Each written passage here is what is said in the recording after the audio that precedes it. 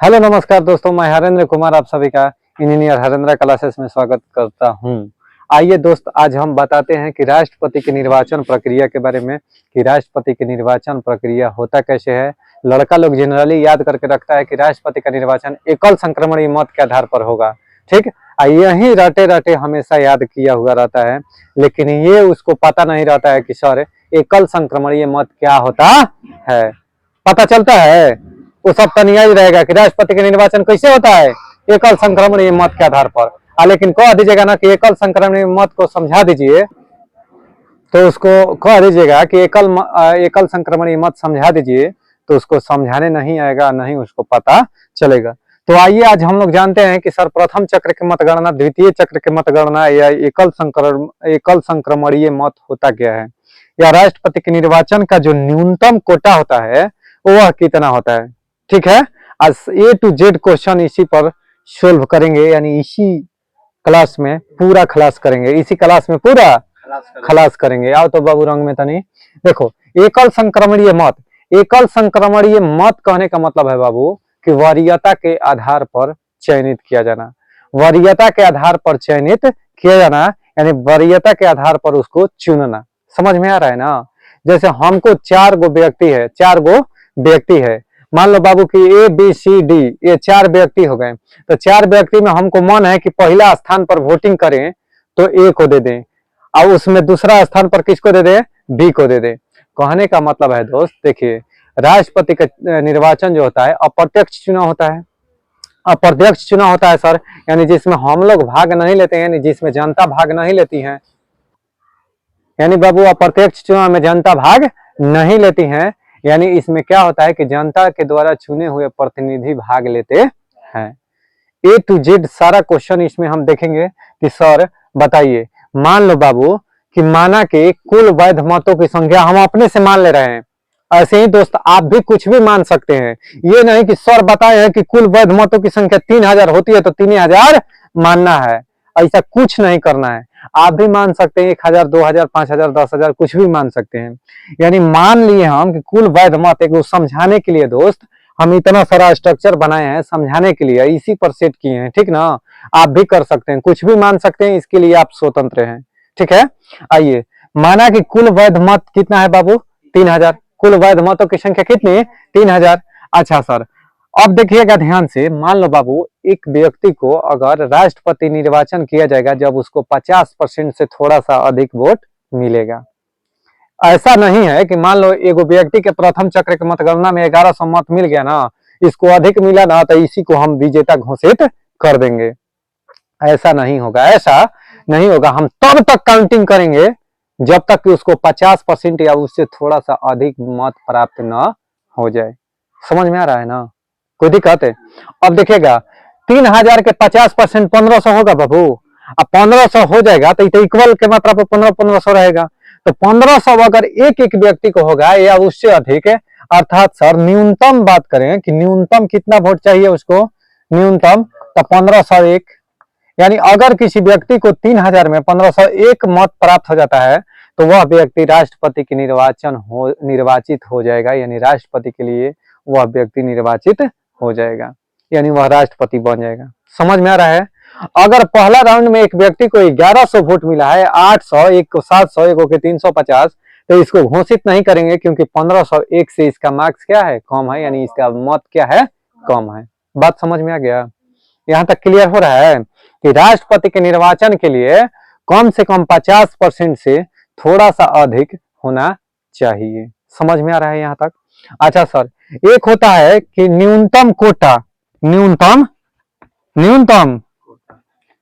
कोटा,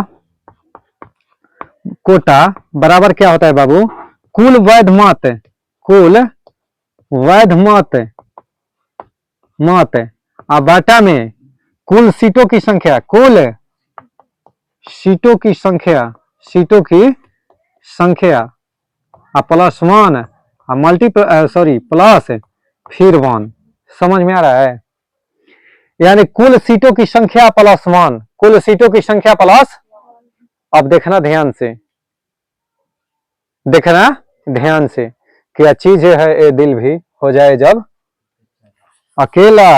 ठीक है, ध्यान से सुनना इधर कि न्यूनतम कोटा बराबर होता है कुल मतों की संख्या, कुल वैध मत, कुल वैध मत मान लेते हैं बाबू कि कुल वैध मत, कुल वैध मत, देखना हम कैसे प्रूफ कर रहे हैं उस फॉर्मूला को, 100 है कुल वैध मत, समझ में आ रहा है?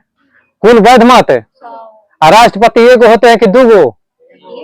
एक ही ना होते हैं, तो राष्ट्रपति की सीटों की संख्या एक, यानी राष्ट्रपति की सीटों की संख्या एक। तो ध्यान से सुनना मेरे दोस्त, मेरे बाबू, सीटों की संख्या बाबू कितना है? तो हम न्यूनतम कोटा निकालने जा रहे हैं, ध्यान से देखना। कौन कोटा? राशन कोटा नहीं भाई साहब, कौन कोटा? न्यूनतम कोटा, ही ना कि हाई डीलर वाला कोटा ना। तो मान लो बाबू कुल वैध मत कितना हो गया? 100।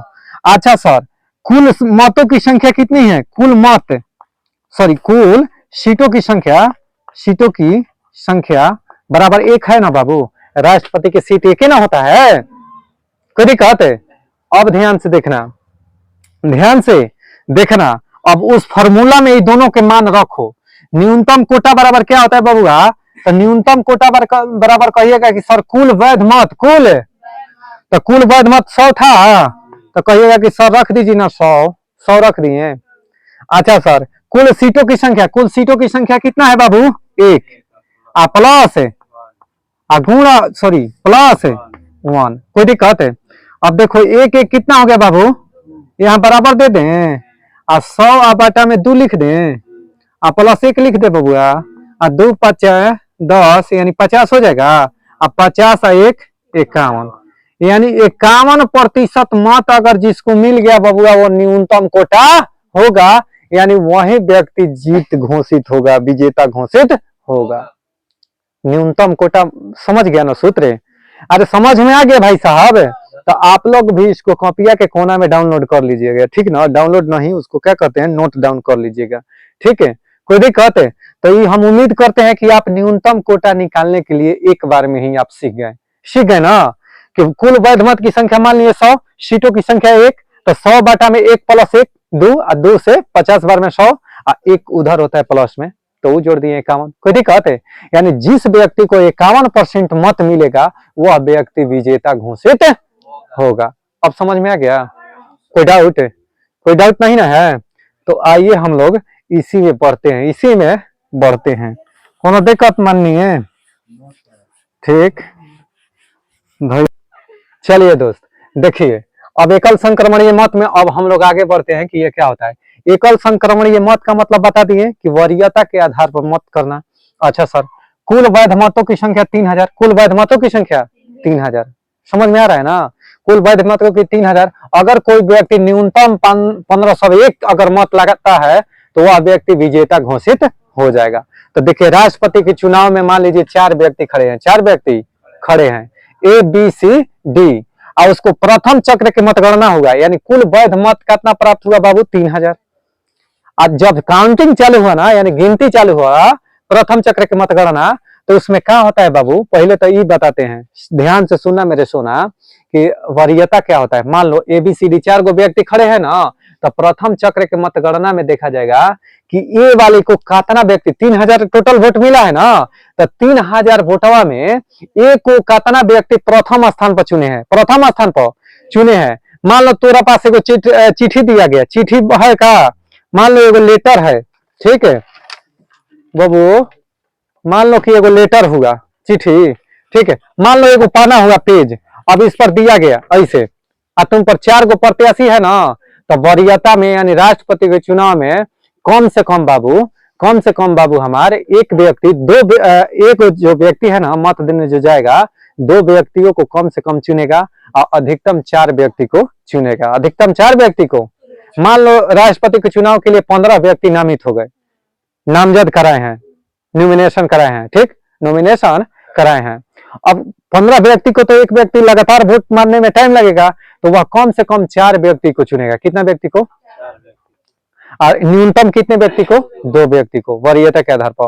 वो क्या किया कि प्रथम स्थान पर मान लो मुकेश सभा को चुनना है, तो प्रथम स्थान पर मुकेश सभा को चुन लिया, दूसरा स्थान पर नगेश सभा के चुनना है तो दूसरा स्थान पर नगेश सभा के चुन लिया।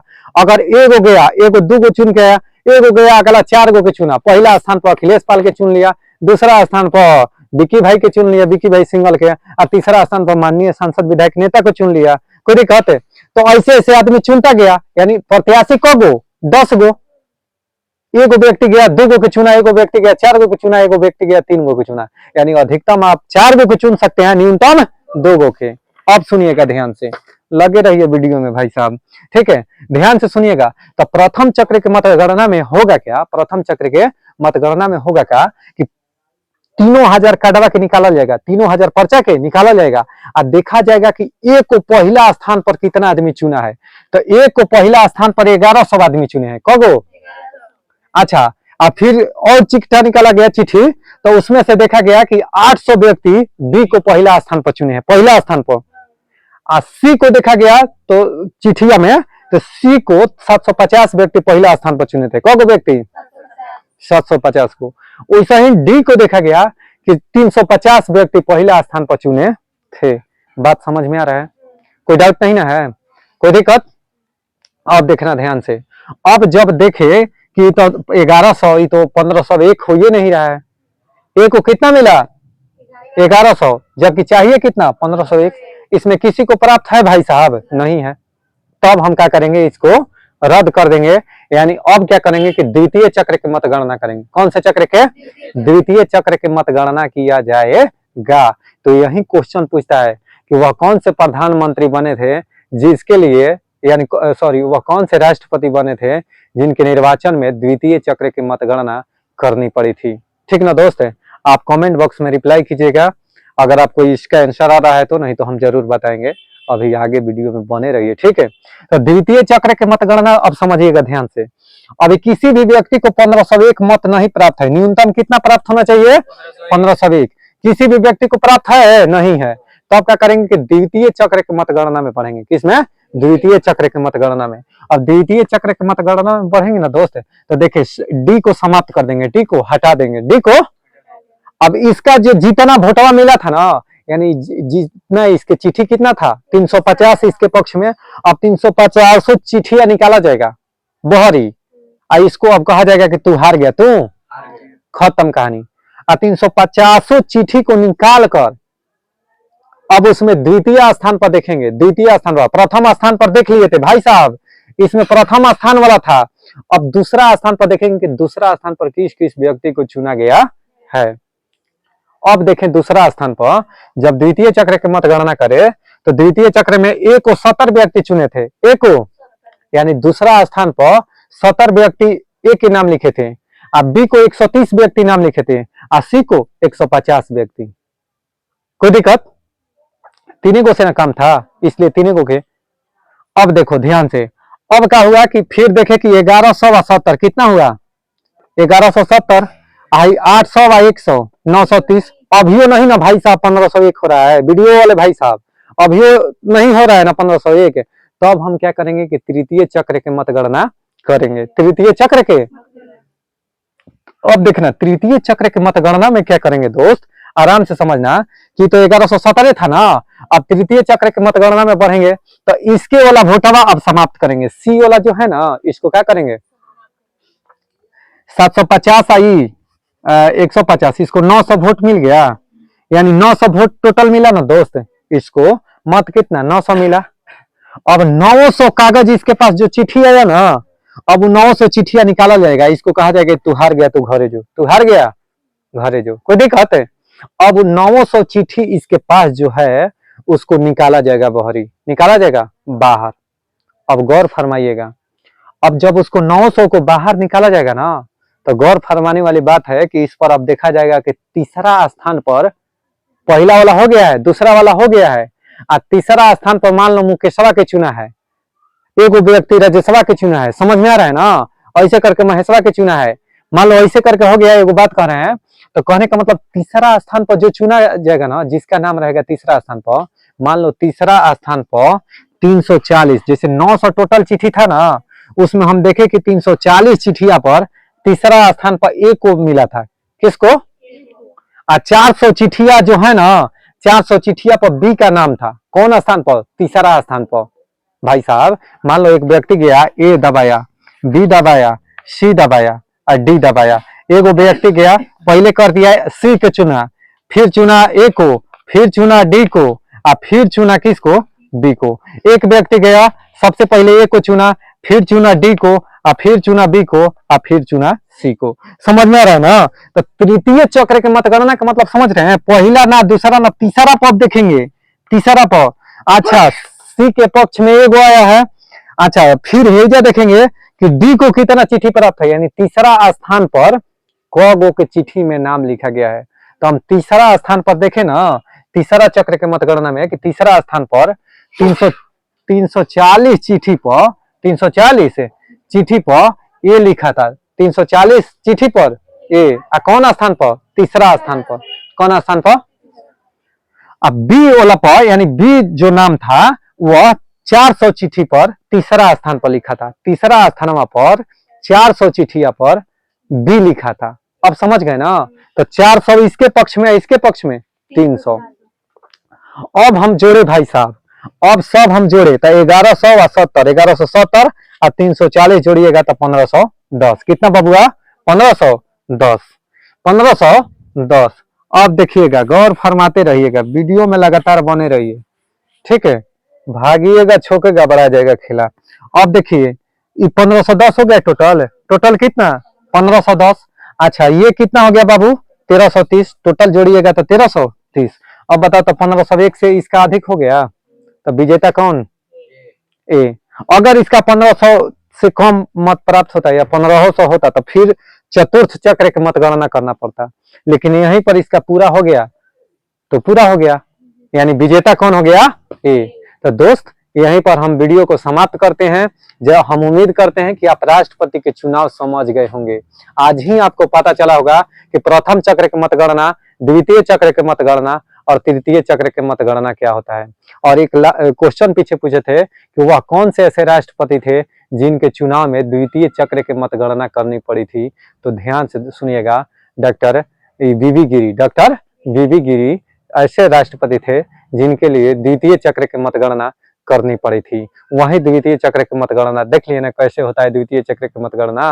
तो इस वीडियो को आग लगा दीजिए, इस वीडियो को वायरल कर दीजिए। आग लगाने का मतलब मोबाइल में आग सलाई नत मार दीजिएगा, ठीक है? कहने का मतलब है कि आपका जो भी है ना, फेसबुक, व्हाट्सएप, इंस्टाग्राम, उस पर वीडियो को शेयर कीजिए, सब्सक्राइब कराइए और दोस्तों के से जरूर लाइक कराइए, अपने लाइक बटन जरूर ठोकिए, ठीक है? कैमरा मास्टर भी मेहनत कर रहा है, इसका भी थोड़ा सा केयर कीजिए।